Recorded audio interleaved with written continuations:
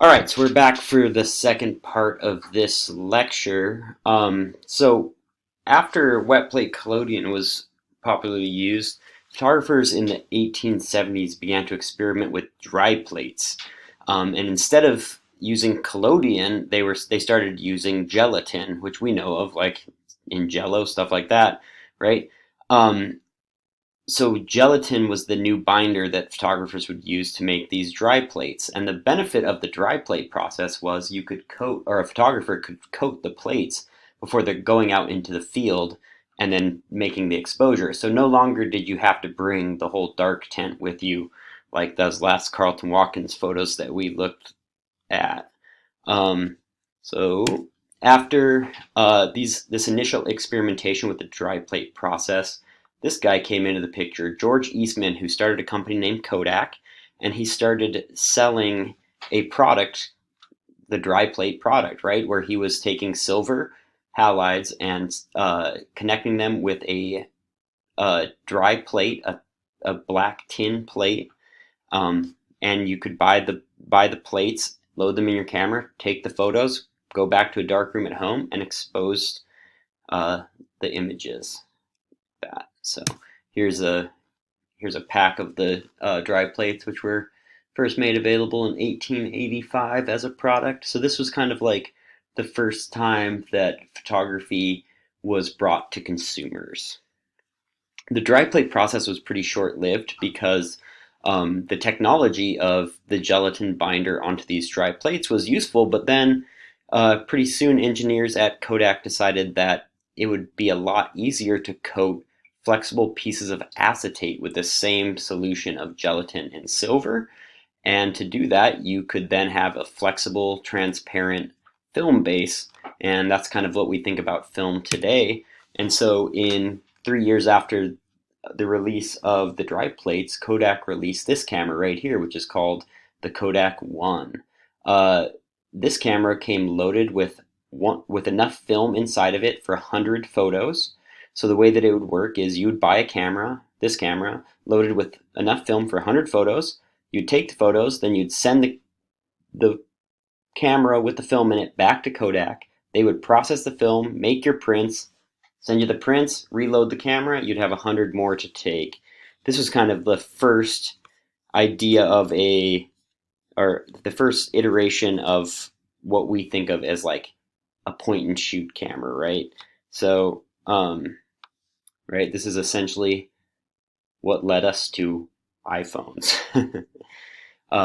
So just in this short history that we've seen about 50, 60 years in photography, we went from something that was you were using very dangerous chemistry, you had to drag along all this dark tint glass plates, all this stuff with you, to this thing where you push the button and Kodak does the rest.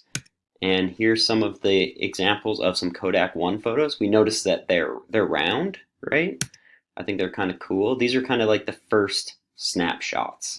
This was like the first time that amateurs could participate in photography, which is pretty, is pretty fascinating if you think about it.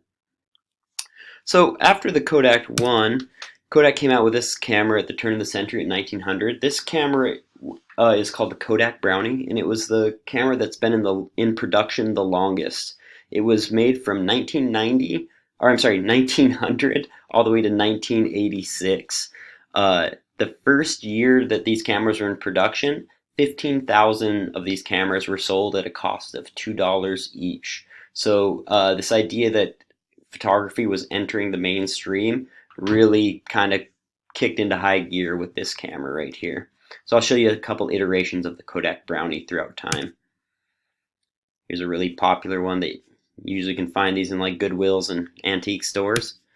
Brownies were extensively marketed to children, right? So this is the Boy Scout Brownie.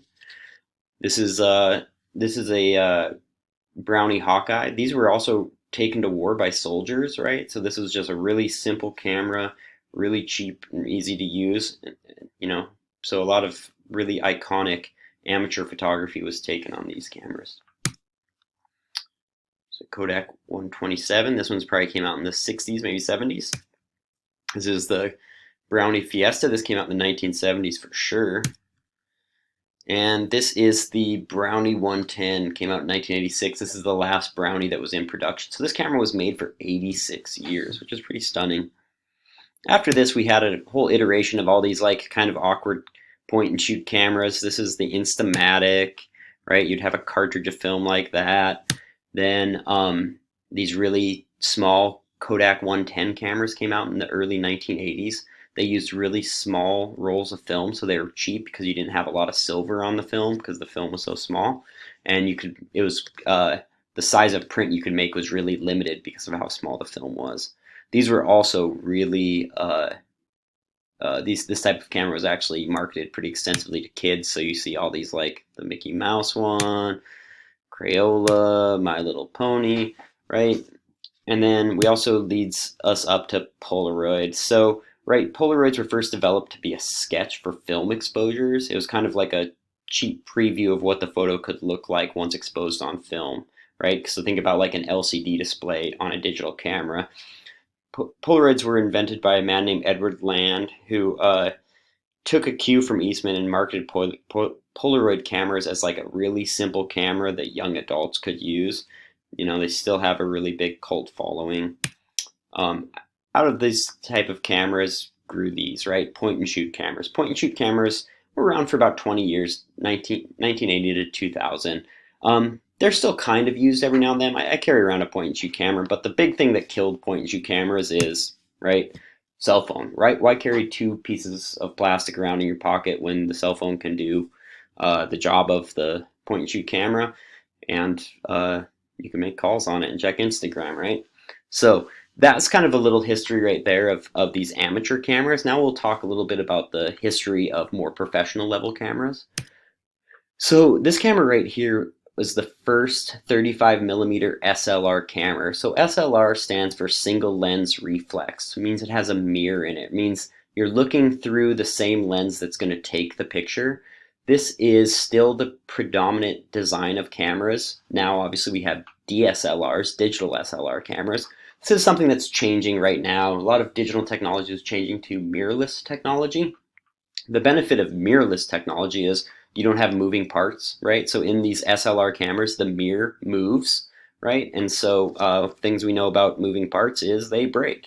But this was the first prototype of an SLR camera, 1934. My digital photo students still use SLR cameras that came from, right, this technology right here. Here's a more advanced early 35 millimeter SLR, came out in 1936. Just so you know, this is what 35 millimeter film looks like, right? It's compact. I don't know. Some of you probably are familiar with film, maybe some are not. This is an early professional level SLR camera. This is a Nikon F. This is actually an example of one of the two cameras that was brought to the moon in the Apollo missions. This is a Hasselblad 500C. This is a medium format professional level camera that came out in 1960. This camera, when it came out, was priced at $2,600 with an 80 millimeter lens, so exactly what we're seeing here. And that's kind of important to think about because an average new car price in 1960 was $2,700. So this was about the same price as a car in 1960. Here is actually an example of one of the other cameras that was brought to the moon on the Apollo mission. This is a 1957 Hasselblad that was modified so that astronauts could use them with their crazy gloves on. Here is the first camera with a LCD display on it. This is a Nikon F3, came out in 1980. The LCD display on it was about 1/4 of an inch by 1/8 of an inch, so it was tiny, but it was technology that led us to, more digital looking cameras. So here is a kind of the last serious professional 35 millimeter SLR camera that was in production. This is a Nikon F5. The new price for this camera without a lens would have been $3,200 in 1996. Pretty expensive. So now we're jumping right into digital photography and this guy, Steve Sasson. You all might be kind of appalled to realize that the first digital camera, what we're looking at right here, was first developed in 1975. And as we see in this picture, you would record an image on multiple cassette tapes, right? That's kind of crazy. And you could only view the image by loading multiple of these cassette tapes into a microcomputer, and then you could only view it on a screen, right? On a television screen, which is kind of fascinating to think about. That's like pretty crazy technology. This is what a digital sensor looks like. So Kodak actually paid this guy, Steve Sasson, to develop the first digital camera, and then they totally feared that it would hurt their film business, which, spoiler alert, it would. And so they actually suppressed the technology. Kodak suppressed the digital technology to ensure that they didn't lose their film business. Well, that was a pretty poor choice by Kodak in the long term, because we know digital technology ended up taking off and film sales definitely dwindled. So, uh, around this time, we also had these weird things, these like weird hybrid digital analog cameras, right? So this is a Nikon F3. It's a film camera, but that thing hooked up to the bottom of it is a digital recorder. And so this was a way that you could convert a film camera into a digital camera. You would end up with a 1.3 megapixel image, which is about 10 times less resolution than an iPhone currently has. Uh, you might not be surprised to hear this, but only 6 models of this thing were ever sold because it was priced at about $25,000. People had no idea why you would want to make digital images at this point in time. So now I'll kind of run you through some some fairly contemporary early digital cameras. We have the 1988 Fuji Jix DS1P. This recorded an image of 400,000 pixels, so it's tiny, 30 times less resolution than an iPhone 6. And you could that giant memory card could only record 5 to 10 images. This is a Diacam Model 1, came out in 1990. It was the first digital camera sold in the United States. It had 0.09 megapixels, black and white only, so it's 133 times less resolution than an iPhone 6. And it cost $1,000. Here's an example of a photo that was made with a Diacam. This is the Apple QuickTake 100. It was developed by Kodak actually, and had a color sensor. Came out 24 years ago and cost $750. This is a total predecessor to the iPhone. Here's the QuickTake 200. This thing costs $600. This is the Sony Mavica. It came out in 1997. It recorded on images on a 3.5-inch hard disk, and it will cost $900, and the disc could save 50 pictures. Here is like an early professional point-and-shoot camera. It's 3.3 megapixels, pretty tiny, but it was one of the first cameras that had an LCD display on the back of the camera, right? Just like this. So this is the first DSLR that was available. It had a 2.6 megapixel sensor, which is 4.6 times less resolution than iPhone 6.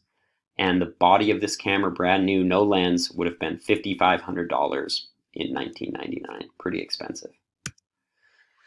Here's a pretty contemporary camera. This is a Canon EOS 5D Mark III. This is a full frame, so it has a giant sensor in it. It records a 23 megapixels image. But the other notable thing about this camera is it records HD video. So many TV shows and commercials have been filmed on this camera.